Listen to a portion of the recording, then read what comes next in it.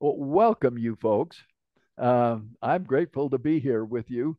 We're recording this early, but this is for the Virtual Genealogical Association birthday party, the sixth birthday party, which is on Saturday, the 13th of February of 2024.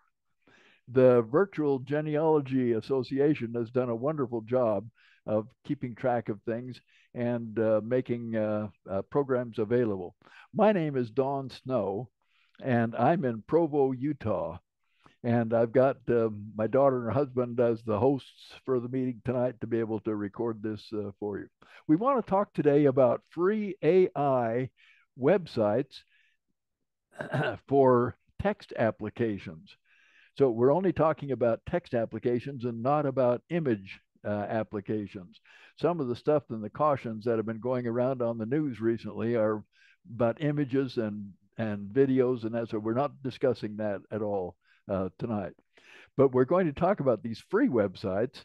They're app programs. Apps is short for applications. There are notes that go along with this, a handout, and they're at that link down at the bottom of the page that you're seeing there. They're online, and I'll show you more about those notes here in just a minute. And the link will show you again where those are. And those are on my web page, so that if you happen to be watching this 6 months from now, you'll be able to still see it and go back to it then. Here's what we're going to be talking about tonight: these free AI websites for text. First of all, we're going to say a little bit about what AI is. AI, in case you haven't paid attention recently to the news, is artificial intelligence. For the last couple of years, it's been just a major big deal on it. We're going to talk a little bit about how to use it, because there are free ways to do it. There's also commercial ways that you have to pay for. We'll look at some of the free AI websites, three of them in particular. We'll show you those and examples of ideas of using them, and then some cautions to think of as you're using them. Now, the class notes that go with this are on that website. That's the same website that you saw before. UVTAGG.org is Utah Valley Technology and Genealogy Group.org. And that's where my website is. And then it's /classes/Dawns, and then Dawns-classes.html. That'll take you to my web page, which you'll see in a minute. On that web page are the notes for all of my classes are on there. Past ones, there's about 300 different classes that are on there. Links to where you can click on those and see the notes, and also how to watch past some of the 50 or 60 of my past classes are on there, including well, not this one, but because that's on the VGA, but others are on there, and recent videos and so on. Now, let me shift gears here and use, let's see, Alt Tab, and get over to the notes themselves. If you click on that website that I gave you just a minute ago, this is what will come up. This is Don Snow's class notes page. Now, if you scroll down just a little bit, and I'll scroll down here a little bit, go down a little past it. There's, first of all, there's some other things that are on here, links to other sorts of things. Then some information here and classes coming up. Now, this one right now happens to be class number 1. It's that very first one there, the April 13th class on free AI websites. Notice that's underlined. That will take you to the text, and I'll show you to the links, and I'll show you in just a minute. Now, down below here, if you're watching this later on, that class will have moved down after I've taught other classes. So further down, there's how to find some of my other classes, and here's the past classes with the links to them. So you can always find them later on, but it may be further down in the list. Now, on this one about classes coming up, that one, the websites, I've already clicked on that link. But if I'd clicked on it now, it would take me right to this page. I've just got another tab opened up here. This is it. These are the class notes. They're updated just recently, so they're fairly fresh. I hope I've got most of the typos out. There's an abstract of what the class will be about, and a little bit about what's going on with it, and where the links are. Here's a welcome and an introduction. And there is item 1 there is my name, Donald R. Snow, and my address. So if you happen to be watching this later on and you want to ask me a question, I'll be glad to try and answer it. So just email me and I'll see if I can answer it. I live in Provo, Utah. There are 2 or 3 separate ideas there. You might take time to read those sometime. They'll be helpful. Item 4 is the problem for discussion today. What is AI, and how to use some of the free versions of it? Now, here's some stuff on what artificial intelligence is. We won't take time to read all this or to go through all this, but let me just say a few things about it. AI stands for artificial intelligence, but as somebody pointed out, it's neither artificial nor is it intelligent. A better name might be something like computer-aided search and narration, or some such thing as that. What AI does for the text files is it looks at large databases of text and finds the keywords that you type in. If you send a query and you say, I want to know something about such and such, it looks in those big databases for words that are close to the words that you type in your query. And it says these may be related to that. And so it pulls those out and then it writes a narrative for you of what it is. And we'll show some examples of this later on. And so some people refer to these as large language models. That's jargon in computer science for some of this stuff for what AI is. Because of that, you want to be careful as to what you post on the internet and even the kinds of questions that you might ask in AI, because they will become part of the big database. And because of the different databases that different AI sources use, you may get different results. They'll generally be similar, but they may be different from different AI websites. Anyway, there's more information in there on that you can take a look at, as well as a couple of articles in there that may be helpful to you from Wikipedia and from other places. At Roots Tech, there was a series of 3 articles, three 1-hour classes that James Tanner gave. Those were only in-person classes, but his outline, his handout is 40, I think it's 40 something pages long, and it's still online. You can download that at any time. And there's a link there as how you do that if you want, if you're interested in it. Now, the next thing that's on here, and the next thing is some free AI websites. The ones we're going to be talking about today are the following. Item 12 there is Microsoft's Copilot. Copilot is the name of what Microsoft calls their AI website. And it's a free website. It's right on the Microsoft stuff. And there's a simple link there that'll get you to it. Or if you're using a different browser or a different computer, just type in copilot.microsoft.com and it will take you right to their website. And we'll show an example of that coming up. There's information there further about what that is. That's free. All these have commercial versions as well, but we're only dealing with the free versions here. Item 13 lists Google's. Google's Gemini, it used to be called Bard when they first started it. Now it's called Gemini. There's the link to get to that one. Gemini, google.com. And then /app or something like that will get you to it. And these, you can ask questions in each one of these things. You generally have to set up a program, an account, which are usually free for all these free versions. And if you're using Microsoft's, if you're using Windows, you already have a Microsoft account. So you just need to find your password to use it for that. If you're using Gmail, you already have a Google account. And that works for that. The item 14 on here is the third one. It's called OpenAI's Chat GPT. I wondered what GPT stood for. I finally found out it's computer jargon it stands for something like generative pre-trained transformer. I don't have any idea what that means to computer scientists, but that's what GPT stands for. There's a link to get to that one. And again, you have to set up that one. I didn't have an account for, so I had to set up a free account. There are several other things that may be helpful to you. item 15 is a new one, a new version, a new website where a fellow is trying to keep track of applications for AI in genealogy, and so that's probably worthwhile keeping track of.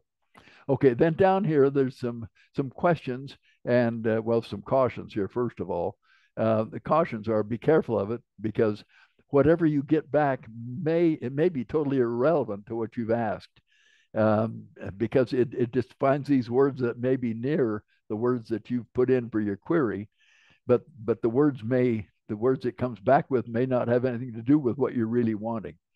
So as you type in a suggestion or a question or something, when you get back the results, then change what you're asking and add a few more comments or something that's a little more detailed, or say you want websites instead of just books or something like that, so that you can get what you want. So you narrow it down by adding more information to it. And also do be careful of what you get, and check it out, because as we pointed out as a major caution, you don't know what you're going to get. And so you may want to check it. Now, here's some things down here that you might want to try, examples. And one of them, let's see, is 25. What is the history of the Virtual Genealogical Association? I'll show you that one here in a minute. But anyway, there's other sorts of things that you might want to try in here about related to genealogy, or how you use some of these programs, or what's going on with them. And then there's some conclusions down here at the end. All right, now let's go back up here. Now I have put on my Chrome, the browser is Chrome that I'm using. You can see I've got up here some icons that I put one on here for Copilot. Well, let's see, I guess you can't see it up there. Let me click over here on this to see if I can get these. Yeah, there's some others here. Where's Copilot? There's Gemini. Here's Copilot. Let me click on Copilot, and that just takes me directly to that website that I showed you before. Once you get to a website, you can just, if you just drag the icon that's right in front of the address in your browser, drag it to your desktop or your bookmark bar, then you got a link that you can click on and get there.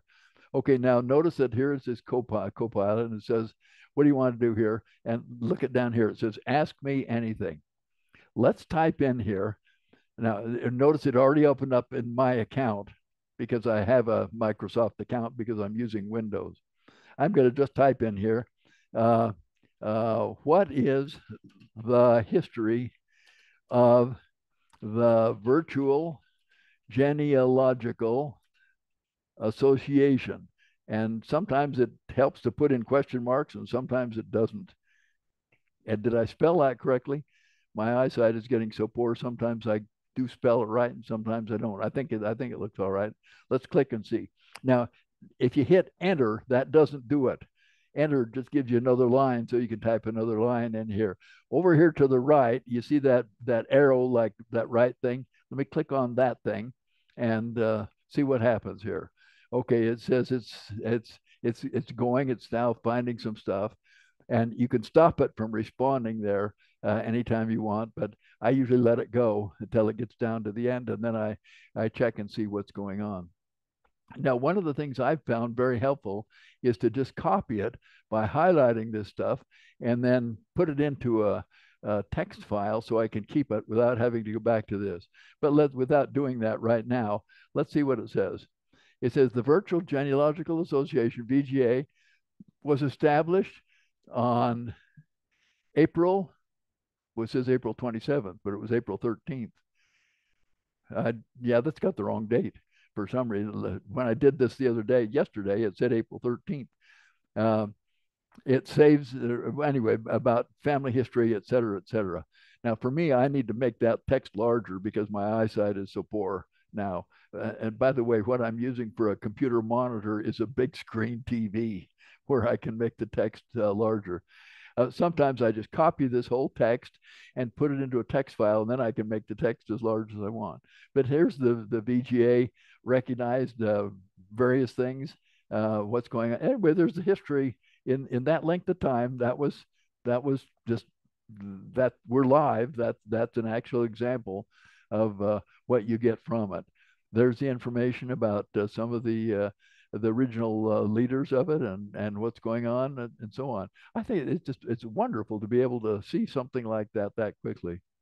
Now let's try something else here. Remember, this is only Copilot. We probably won't have time to do too many of the others, but they all work similarly. Let's type in here in this time and ask me anything. I'll say, I want to ask, let's see, I'll get over here. How do I find birth records from Louisiana? I'm just picking something at random here for 1850. Now, I have no idea what I'm going to get from this with a question mark. I just typed in something there and I'll click over here on the submit. Click there. Okay, now it's thinking for a minute and now it's coming back with some stuff here. And I could narrow it down and say, oh, I was interested in websites. Are there any websites that would have information on it? And it goes through and it stops. And notice that down at the end it says, what other things do you want to ask, or do you want to go on further? Do you want to get more information from it? Let's go back up and see what it says here. Now notice it'll be at the end of after the thing I asked before. So here's how do I find birth record? There it is. There's my question. And one of these things over here is a copy. I think it's this one. One of them. Anyway, there's a copy here and an edit. The other things that you can do, but we won't take time to actually do that. Let's see what it says. It says to find birth records from Louisiana for the year 1850. You have a few options, and there's the Secretary of State at a certain time period, and the Louisiana Secretary of State, and there's how to write to them or information for it. You can search for records of the child's name, etc. You see how valuable this is for finding some of this kind of stuff for the details that they've got on here. Keep in mind that the only birth records currently available are in archives, and they start in 1911. That's when they first started the official ones. So they give you could ask for what's the history of death records from the state of New York. And it would say, well, they started here in official death records, but there'd be other things to check on, etc. You see, and notice it uses Family Search. It says Family Search offers a solution titled. There's even a title of the Louisiana births and christenings in the time period with some information to find it. You see how powerful this thing is and how useful it's going to be for a lot of different sorts of things that that you might want to find. I typed in my dad's name. My dad was born in Bunkerville, Nevada, which is a small town. It's north of Las Vegas by nearly 2 hours. It's across a small river from Mesquite, Nevada. And the first thing I said was, give me information on Eldon Stafford Snow, my dad. And it said, we don't know which one you want. Tell us a little bit more. And so I said, well, he was born in 1891. Oh, and I told him where. Oh, it said, and so I started writing out this. Actually, it was baloney. I just had to laugh when I read it. It says he was born in the quaint little village of Bunkerville, Nevada, in the western part of the U.S. And he was my dad was a dentist in Los Angeles. He went to USC to dental school, and it said he had a brilliant mind, and he loved science. And in high school, it filled in all this kind of stuff that was complete baloney. And I really just laughed as I read it. But so I put in more details, and I said, find some information about Dr. Eldon S. Snow in DDS in Los Angeles. And it came back with several things that I had never seen before, from newspaper articles and from the Dental Society down there. And anyway, you keep trying different sorts of things to see what's going on with it. Now that's just an example, and the only one we looked at here was Copilot. So if you look at Gemini, that's the version from Google, and Chat GPT. That's the big one that got everything started. That one started. Was it when was it? 2022 November, I think. They started Chat GPT, and that just started everything with AI. That's still available. The free version is version 3.5. They're up to about, I think, version 5 now, or maybe even 6. But those are commercial. You have to pay to use those. And if you try the free ones, and if the free ones work for you and do enough for you, then you may not even need the pay ones. But if you once you've gotten further into it and you want to use the pay ones, then you might have to do some more work to find other ones.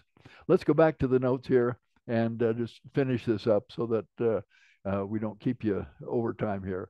Now let's see. That was the original. That was the notes. Classes come. Let me click back here on the, because I closed that other one. Here's these are the notes that we looked at, the handout, and this will be on my website, and it'll be available in the future. If you're watching this many months from now, it'll still be available on there. There's here's some of there's the free websites and how to get to the websites on there. Here are some cautions and suggestions. As I mentioned, check out anything you get because you can't count on it for sure. They all warn you. Every one of them says, be sure you check this out because we're not sure exactly what you want. But some ideas to try down here, and that history of the VGA is one of the things I put on here, and so on. You can type in, find an ancestor's name, but you're going to have to give a little bit more information, maybe which state they lived in or where they were or when they were born or something about it. You can even have it build, notice the number 29, what slides should I include in a 20-slide PowerPoint presentation of a genealogy class on whatever that you want to. In this case, it was what I put, Wisconsin birth records. And it'll come back with, say, you need to talk about this, and it won't do the slides for you, but it'll do the outline. And then you can form the slides yourself. There's the conclusions here. Once you get started using AI, it's easy to work with, but getting off the ground the first time is the hard part. And if you're like me, I have to see it demonstrated once and, oh, that's the way you do it. And here's the link. And it's not just an app, it's a website. The simple way to get to it is such and so on. Hopefully this will give you enough information to get started on it itself. After you get the first results, strengthen them by adding more things in to get more and more ideas on it. And try different versions of it, different websites to make sure that you get a different version rather than just all in one. Let's go back and finish up. Let me see if I can get back to, there we go. We've looked at the class notes. These are the demos we looked at. A little bit about AI. There's Microsoft's Copilot. That's the one we use for the demos. Google's Gemini, we showed how to get there, but we didn't use any examples. And OpenAI's Chat GPT, and then some examples of it. Now, as a summary, this is what we talked about: what AI is and how to use it. A little bit about those websites, some cautions about using them, and then some conclusions. Try these things out and have some fun using them. Okay, well, happy birthday, VGA. I think it's wonderful that 6 years now that it's been going, and it's doing a real service. It's filling a niche in the genealogy community that we can all use. There's my website. If you want to ask me a question later on, I'll be glad to try and answer it for you. So that's what we talked about, is free AI websites for text applications. We didn't do anything about images, nor videos, nor anything else, only about text applications on it. And there's my information, my email address, as well as there's the link down below again for where the notes are stored on the handout. Well, thank you very much, you folks, for watching. I appreciate you taking the time to watch. And happy birthday, VGA.